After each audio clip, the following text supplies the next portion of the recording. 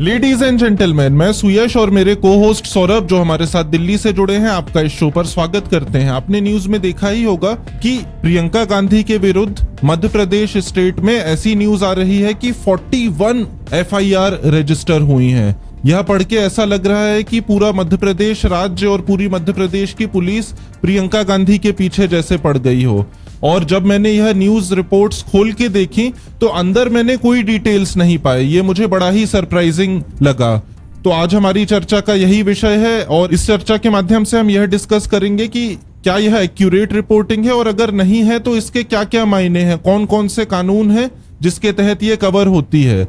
आपका क्या सोचना है सौरभ इस न्यूज के बारे में? जी सुयश, मेरा इस पे सोचना है कि ये बिल्कुल ही गलत है, क्योंकि आपने जब बताया कि ये टॉपिक भी है जिस पे हम चर्चा कर सकते हैं, तो मैंने तब भी देखने की कोशिश की। मुझे कुछ पता नहीं चला कि इसमें एफआईआर किस बात पे हुई है। बस बोला कुछ विवादित स्टेटमेंट पे हुई है। क्या बिल्कुल, थोड़ा मुझे I am sorry to interrupt, अपने दर्शकों के लिए मैं यह बताना चाह रहा हूं कि जितना मैंने सर्च करा उससे मुझे यह समझ में आया कि कोई एक लेटर था जिसमें मध्य प्रदेश सरकार के ऊपर भ्रष्टाचार के आरोप लगाए गए थे एंड उस लेटर से रिलेटेड न्यूज और या उस लेटर को कुछ नेताओं ने जैसे प्रियंका गांधी और श्री कमलनाथ जी ने उसको ट्वीट या रीट्वीट कर दिया था। इतनी एलिगेशन थी और उसको लेके ऐसा बताया जा रहा है कि 41 एफआईआर्स हो गई हैं। मुझे लगता है कि आज हमें यह भी बताना आवश्यक है कि एफआईआर का एक्चुअली में मतलब क्या होता है। इस टर्म को बहुत ही हल्के और गलत तौर पे इस्तेमाल करा जाता है मेरे हिसाब से। तो आपका क्या सोचना है इस पे? जी, इसमें पहले तो ये सोचना है कि बहुत जिम्मेदारी से ये बात करनी चाहिए। एफआईआर कोई मामूली बात नहीं होती है। एक एफआईआर के बाद पूरा एक प्रोसेस चलता है, एक इन्वेस्टिगेशन चलती है, मामला कोर्ट में भी जाता है और जो अक्यूज्ड होते हैं उनको बेल पे भी आना पड़ता है। बेलेबल ऑफेंस हो तो थोड़े आराम से बेल मिल जाता है, वरना उनको कोर्ट जाके फिर बेल लेना पड़ता है, नहीं तो अरेस्ट होने के चांसेस बढ़ जाते हैं। और इसमें तो पता भी नहीं चल रहा है कि कौन कौन से सेक्शन लगाए गए हैं इन पे। और आप जैसे बता रहे हैं कि वो किस बात पे हो सकती है, इस पे भी मुझे लगता है कि हम श्योर नहीं हो सकते हैं, क्योंकि उस तरह से हमें ना एफआईआर की कॉपी दिखाई, ना कोई लिंक ऐसा बताया गया कि ऐसा ऐसा एफआईआर में आया है। बिल्कुल, एंड मुझे तो लग रहा है कि ये एक न्यूज को सेंसेशनलाइज करने का एक क्लियर केस दिखाई दे रहा है। अचानक से न्यूज आती है कि 41 एफआईआर्स हो गई हैं एंड अंदर आप न्यूज खोल के देखो तो पता चलता है कि कोई ना जिले का नाम है ना व्यक्ति का नाम है जिसने इस तरीके की कंप्लेंट करी हो या जिसके बेसिस पे एफआईआर हुई हो, और क्या डिटेल्स हैं ये भी बहुत क्लियरली इमर्ज नहीं हो रहे हैं। और ये भी बड़ी दिलचस्प बात है। आप देखिए कैसे अचानक से खबर है कि 41 एफआईआर हो गए हैं। ये नहीं आया कि पहले 5 एफआईआर हुए, 10 हुए, 20 हुए, अब 41 पहुंच गए हैं। सारे एक साथ होते हैं और 41 का नंबर एक साथ टैली होके लोगों को पहुंच जाता है, ऐसा लग रहा है। बिल्कुल, ये क्लियर कट आपका ब्रेकिंग न्यूज बनाने के लिए इस तरीके की हेडलाइंस का उपयोग करा जा रहा है। एफआईआर एक साथ होना बड़ा ही आश्चर्यजनक है। पहले हमेशा कंप्लेंट होती है या अगर कोई बहुत बड़ा ऑफेंस होता है तो पुलिस मौके पर पहुंचती है और डायरेक्ट एफआईआर रजिस्टर करती है। अदरवाइज इस तरह के केसेस में जनरली कंप्लेंट फाइल करी जाती है, उस कंप्लेंट के ऊपर इन्वेस्टिगेशन करती है, प्रिलिमिनरी इन्वेस्टिगेशन करती है पुलिस।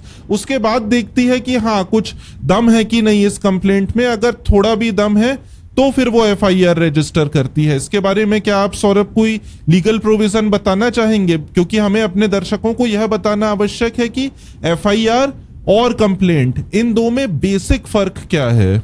देखिए, एफआईआर करने आप जाते हैं तो एफआईआर के लिए पुलिस है, वो देखती है कि क्या आप जो बता रहे हैं क्या वो बात एक ऑफेंस के डेफिनेशन में भी आती है कि नहीं आती है।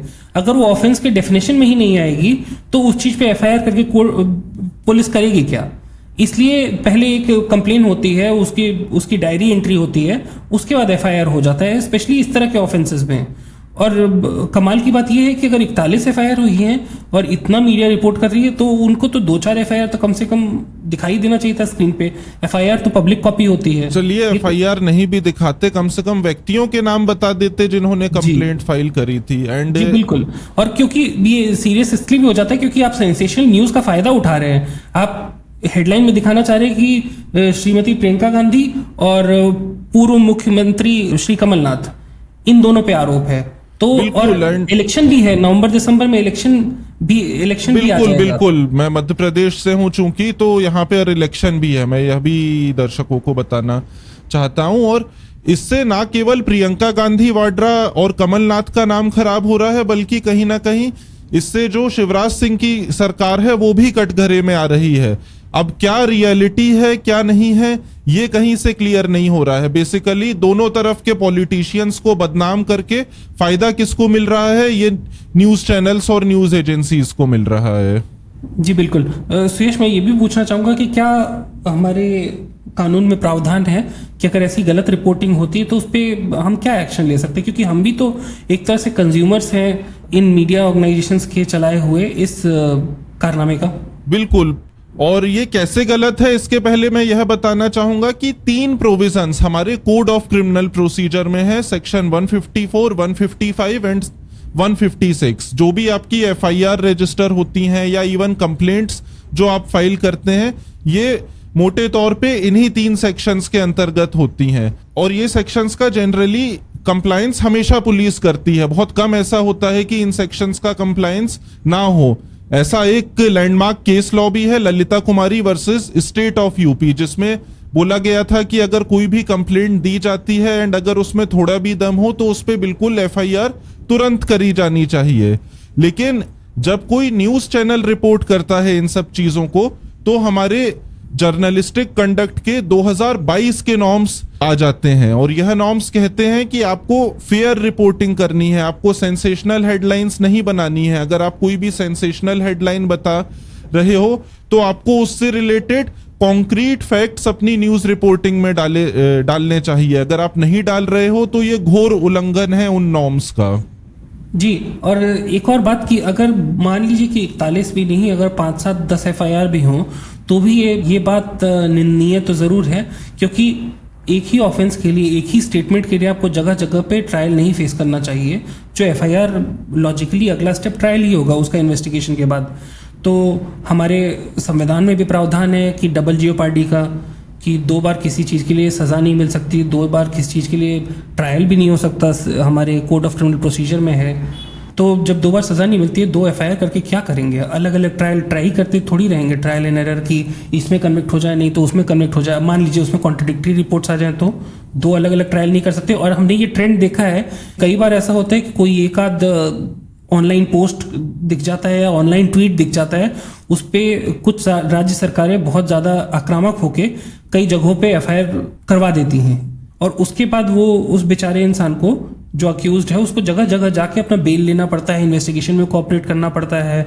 और इस चीज़ का समाधान मुझे लगता है कि हमारी जुडिशरी को भी निकालना चाहिए। तो एक एफआईआर हो जाए, उसका दूसरा एफआईआर होना भी नहीं चाहिए मेरे ख्याल से तो। बिल्कुल। एंड वैसे अगर देखा जाए तो इससे रिलेटेड जो प्रोविजन मुझे ध्यान आ रहा है वो है सेक्शन 482 ऑफ सीआरपीसी। अगर ऐसी एफआईआर्स हो भी जाती हैं एक साथ, तो आप 482 की एप्लीकेशन लगा के हाई कोर्ट से रिक्वेस्ट कर सकते हो कि इनको क्लब कर दिया जाए या देखा जाए कि ये सिमिलर हैं या नहीं है। जी, अगर ये 2 अलग अलग स्टेट्स में भी अगर एफआईआर हो जाते हैं तो और थोड़ी समस्या हो जाती है, फिर हमें शायद सुप्रीम कोर्ट के पास जाना पड़ता है। वैसे हाई कोर्ट के पास भी वो रिलीफ देने का प्रावधान है, परंतु लोग उसको खास तरीके से यूज नहीं कर पाते हैं। बिल्कुल। एंड जो चीज आप कह रहे हैं, अगर डिफरेंट स्टेट्स में हो जाए एक ही चीज को लेके बहुत सारी एफआईआर्स, तो उस पर भी ऑनरेबल सुप्रीम कोर्ट जनरली 136 में संज्ञान लेती है। एंड इससे रिलेटेड एक केस लॉ मुझे ध्यान आ रहा है, अमित शाह वर्सेस सीबीआई, ये 2013 का जजमेंट था। इसमें काफी सारी एफआईआर्स क्लब करी थी। मैं टोकना चाहूंगा क्या यही अमित शाह हैं जो हमारे अभी बिल्कुल बिल्कुल, जो हमारे माननीय गृह मंत्री हैं जी। इसमें भी काफी सारी एफआईआर्स थी, उनको क्लब करा गया था। कैसे एफआईआर्स की क्लबिंग करते हैं, कब नहीं हो सकती हैं, ये पूरा लॉ ले डाउन करा गया था इस केस में। और सुरेश, मुझे लगता है कि हम इस बारे में बता सकते हैं, ट्रांसफर भी हो जाते हैं केसेस एक हाई कोर्ट से दूसरे हाई कोर्ट। वो सुप्रीम कोर्ट के पास पावर है, एक्सप्लिसिट पावर है हमारे कानूनी व्यवस्था में। बिल्कुल सौरभ, इससे रिलेटेड जो प्रोविजन है हमारे सीआरपीसी में वो सेक्शन 406 है, जिसके तहत सुप्रीम कोर्ट अलग अलग स्टेट्स के जो मैटर्स हैं उनको ट्रांसफर कर सकती है एक स्टेट से दूसरे स्टेट में। इसके साथ साथ एक और मुझे इंटरेस्टिंग चीज इन न्यूज रिपोर्ट्स में देखने मिली। जैसे ही मैं न्यूज रिपोर्ट्स खोल रहा था, उसमें अंदर डिटेल्स तो नहीं थे जैसा मैंने आपको बताया, लेकिन किस नेता ने क्या कहा इस न्यूज के बारे में, ये दिया हुआ था। मतलब ये एक तरीके से फिलर्स दिए जा रहे थे, अंदर उनके पास कुछ था नहीं न्यूज एजेंसीज के पास डालने के लिए। तो उन्होंने क्या करा, उन्होंने अलग अलग नेताओं से पूछा कि आपका क्या कहना है, प्रियंका गांधी वाड्रा पे इतनी एफआईआर हुई, आपका क्या कहना है। और ये सारी चीजें उन्होंने अपनी न्यूज रिपोर्ट को बड़ा बनाने के लिए डाल दी। इसको बेसिकली चटपटा बनाया गया, सेंसेशनलाइज करा गया, और इसके अंदर कोई भी मुझे सब्सटेंस नहीं समझ में आया। इनफैक्ट मुझे ऐसा लग रहा है 1-2 दिन में ये न्यूज गायब भी हो जाएगी। जिस तरीके से ये उछली थी उसी तरीके से ये गायब भी हो जाएगी, क्योंकि इसके अंदर क्या एक्चुअली में एक्यूरेसी है, सत्यता है, ये हमें स्पष्ट नहीं हो रही है। इस पे क्या सोचते हैं सौरभ आप? जी हाँ, मैंने भी इस पे इतना तो कम से कम देखा ही था कि कोई नेता कह रहे थे कि अगर हिम्मत है तो उनको अरेस्ट करके बता दें। तो इस तरह के पॉलिटिकल माइलेज लेने की लोग कोशिश करेंगे दोनों तरफ से, वो तो बहुत लॉजिकल है। और उस पे और स्टेटमेंट्स बन गए। तो मतलब एक न्यूज़ इन लोगों ने फैलाया जो कि अफवाह है, उस अफवाह पे इतने लोगों ने इतनी बात कही, उसको भी इन्होंने न्यूज़ बनाया। तो आप समझिए मीडिया का खेल कितना स्तर गिर कितना चुका है, घिनौना होते जा रहा है मीडिया का खेल। और इसमें आप देखिए मीडिया पैसे कमा रही है, मीडिया व्यूअरशिप ले रही है। जो नेतागण हैं, जो पार्टीज हैं पॉलिटिकल, वो भी इसको किसी ना किसी तरीके से अपने अपने फेवर में भुनाने की कोशिश करेंगी। तो वो भी कहीं ना कहीं हो सकता है एक थोड़ा विक्टिमाइज हो जाए, एक थोड़ा कम विक्टिमाइज हो, बट दोनों अपने अपने तरीके से कुछ फायदा उठाएंगे। लेकिन सबसे ज्यादा नुकसान किसी का हो रहा है इस पूरी प्रोसेस में, तो वो है आम जनता, आप और मैं जैसे लोग। हम अपना कीमती समय देते हैं, नष्ट करते हैं इस तरीके की घटिया और इस तरीके की मिसलीडिंग रिपोर्ट्स को पढ़ के, और अल्टीमेटली और उसके बाद हम जैसे लोग उस पे शो भी बनाते हैं, उस पे भी समय नष्ट होता है ताकि लोगों की आंखें खुले इस पे। बिल्कुल, हम उस पे शो बनाने के लिए मजबूर हो जाते हैं, क्योंकि हमें लगता है कि इस तरीके की न्यूज रिपोर्टिंग से सबको बच के रहना चाहिए। देखिए, आप और हम तो थोड़े फिर भी इन्फॉर्म्ड पर्सन्स हैं, लेकिन कोई व्यक्ति अगर इस न्यूज रिपोर्ट को बहुत ध्यान से नहीं पढ़ेगा तो हो सकता है वो ये हेडलाइन और उसके अंदर की 2-4 स्टार्टिंग की लाइंस को पढ़ के अपना एक व्यू बना ले उस नेता के प्रति, अगेंस्ट में या फेवर में, या उस राज्य सरकार के प्रति। तो ये मुझे लगता है ये गलत है। इस तरीके से आप मैन्युफैक्चर्ड कंसेंट बनाने की कोशिश कर रहे हो लोगों के दिमाग में। जो चीज वो नहीं सोचना चाहते हैं, आप वो भी उन्हें सोचने के लिए विवश कर रहे हो। मुद्दों से भटका के पोलराइजेशन कर देते हैं फिर। बिल्कुल, मुद्दों से भटका के आप कृत्रिम मुद्दे बनाते हो जो एक्चुअली में मुद्दे हैं ही नहीं। अब हो सकता है कि एक्चुअली में 41 एफआईआर्स हुई हो इस प्रकरण में, और जो बाद में समझ में आए, लेकिन अगर 41 एफआईआर हुई भी हैं तो भी इनकी रिपोर्टिंग गलत है, तो उस पर इनको कुछ रिपोर्टिंग करनी चाहिए। कहीं ये गए ही नहीं, लगता नहीं कि किसी भी थाने ये गए हैं। या तो ये बोलते कि पुलिस जो है एफआईआर दिखाने से तक से मना कर रही है, कुछ भी कहते हैं। बिल्कुल, कौन सा थाना है इस तक के नाम नहीं लिखे हुए हैं। शहर का भी नाम नहीं बताया इन्होंने तो। बिल्कुल, शहर के भी 41 जिले लिख दिए। मध्य प्रदेश में लगभग 50 के आसपास जिले हैं, 50-52 ऐसे ही कुछ जिले हैं। और उसका ये मतलब है कि पूरे एमपी में प्रियंका गांधी के विरुद्ध एफआईआर्स हो रही हैं। ये इस तरीके की न्यूज रिपोर्टिंग से ऐसा इंप्रेशन जा रहा है। और मुझे यह भी लगता है कि जैसे जैसे चुनाव पास आते जा रहा है, इस तरीके की गलत न्यूज रिपोर्टिंग और ज्यादा बढ़ेगी, और लोगों को बहकाने की, लोगों को गलत चीजें बताने की टेंडेंसी मीडिया एजेंसीज द्वारा और बढ़ेंगी। हो सकता है कोई व्यक्ति पैसे दे इस तरीके की चीजों को प्रमोट करने के लिए, इस तरीके की न्यूज को जी पेड न्यूज, बिल्कुल बिल्कुल पेड न्यूज हो सकती है। न्यूज को आप तोड़ मरोड़ के पेश कर रहे हैं, और ये बहुत ही घातक है। ये हमें लगता है कि अरे क्या हो गया, एफआईआर ही तो लिखा है। कंप्लेंट और एफआईआर में आम आदमी के लिए कोई फर्क नहीं है। बट मैं एकदम असहमत हूं इस तरीके की सोच से। आपकी एक बेसिक लेवल ऑफ एक्यूरेसी जरूर मेंटेन्ड होनी चाहिए, specially with respect to legal matters, क्योंकि कानून एक टेक्निकल सब्जेक्ट है। ये कोई चलता फिरता सब्जेक्ट नहीं है कि इसने ये बोल दिया, उसने वो बोल दिया। एक राजनीतिक सब्जेक्ट नहीं है ये। जहां आप एफआईआर की बात करते हैं वहां आपको स्पेसिफिक होना चाहिए, कौन व्यक्ति था, कौन सा थाना था, क्या स्पेसिफिक एलिगेशंस थे कंप्लेंट में, उसको लेके क्या एफआईआर हुई नहीं हुई, किस स्टेज पर है वो एफआईआर, क्या उसमें स्टेटमेंट्स रिकॉर्ड हुए नहीं हुए, ये सारी चीजें बतानी चाहिए। आप क्या बता रहे हो? आप इतना बता रहे हो कि फलाने नेता ने ये बोला इस पर, फलाने नेता ने ये बोला, आप ये भी बताइए, बट आप पहले बेसिक फैक्ट्स बताइए। जी बिल्कुल, थोड़ी डिटेल्स तो होनी ही चाहिए और अफवाह को तो बिल्कुल ही नहीं फैलाना चाहिए मीडिया के द्वारा।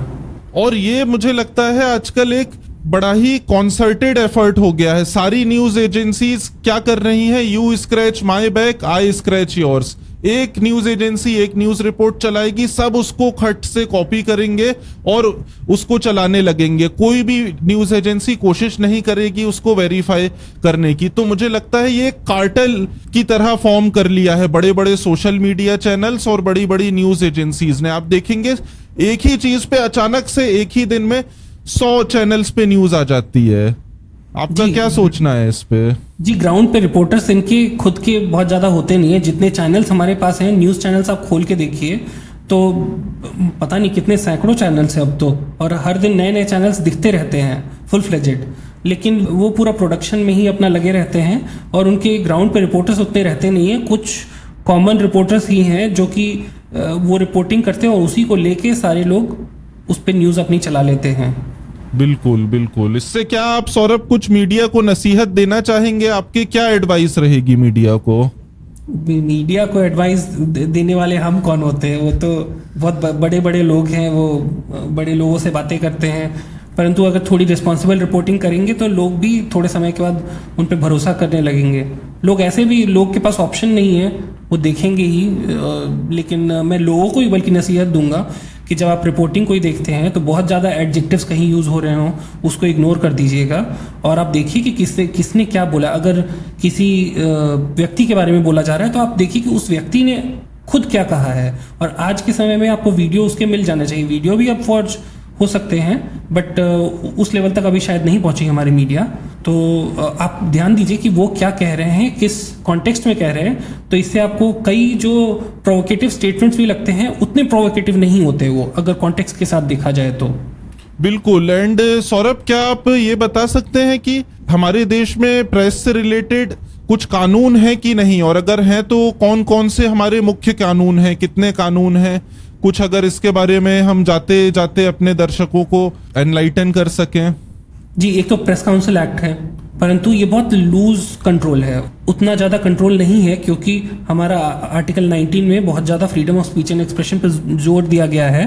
तो बहुत कड़े एक्शन नहीं लेती है आमतौर पे प्रेस काउंसिल, और वो अपने गाइडलाइंस निकालती रहती है, उसको जनरली फॉलो कीजिए आप। जर्नलिस्टिक एथिक्स हैं। क्या हमारे आईपीसी में कुछ है इससे रिलेटेड? जी, आईपीसी में है, परंतु वो स्पेसिफिकली मीडिया के लिए नहीं है। सेक्शन 505 आपको मिल सकता है। क्या है सेक्शन 505 में? कि कोई मिस्चीवियस स्टेटमेंट आपने फैला दिया, बट वो सिर्फ एक उसका पार्ट है। उस मिस्चीवियस स्टेटमेंट को किसी और इंसिडेंट से भी जोड़ के देखा जाता है। क्या उससे कोई इंसिडेंट भी हो गया, क्या लोगों में वो दुर्भावना फैली कि नहीं फैली, वो भी एक इंग्रेडिएंट होता है। तो हमेशा उसमें नहीं आ पाता है, उसमें प्रूव करना थोड़ा मुश्किल हो जाता है।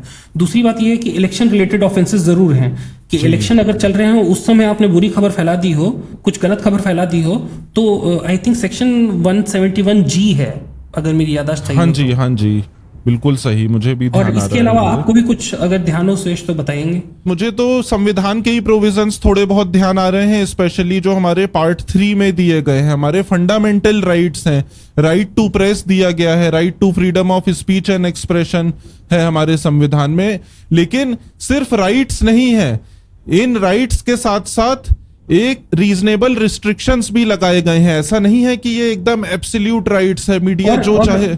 मैं इसमें टोकना चाहूंगा जरा सा कि एक कुछ रिस्ट्रिक्शंस ये हैं। आर्टिकल 361A और देखें आप, और आर्टिकल 105 देखें, तो इसमें पार्लियामेंट और लेजिस्लेचर की प्रोसीडिंग्स की जो है उस पर प्रोटेक्शन होती है पब्लिकेशन को लेके।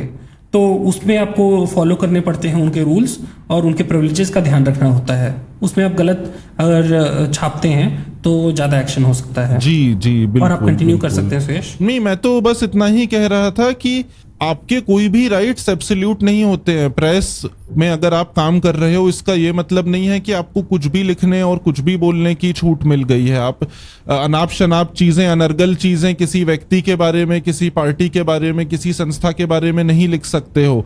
जैसा कि सौरभ ने बताया, प्रेस काउंसिल के काफ़ी सारे लॉज हैं, हमारे जर्नलिस्टिक नॉर्म्स के कोड ऑफ कॉन्डक्ट है 2022 का, ऐसे बहुत सारे कानून हैं जिनको फॉलो करना चाहिए।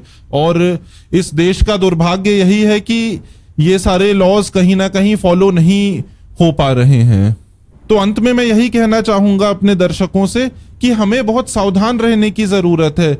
न्यूज एजेंसीज, पुलिस, सरकार, पॉलिटिकल पार्टीज, ये सब तो अपने तरीके से अपना काम करती ही रहेंगी, लेकिन अल्टीमेटली माइंड किसका पॉल्यूट हो रहा है, वो हमारा हो रहा है। तो हमारी भी कुछ रिस्पॉन्सिबिलिटी है कि हम जब न्यूज को पढ़ें तो हम उसको समझें कि ये सही है कि गलत है, कि ये सिर्फ सेंसेशनलाइज करने के लिए लिखा गया है। इसको लेके हमें थोड़ा सतर्क रहने की जरूरत है। इन्हीं शब्दों के साथ मैं आज का शो समाप्त करता हूं। धन्यवाद।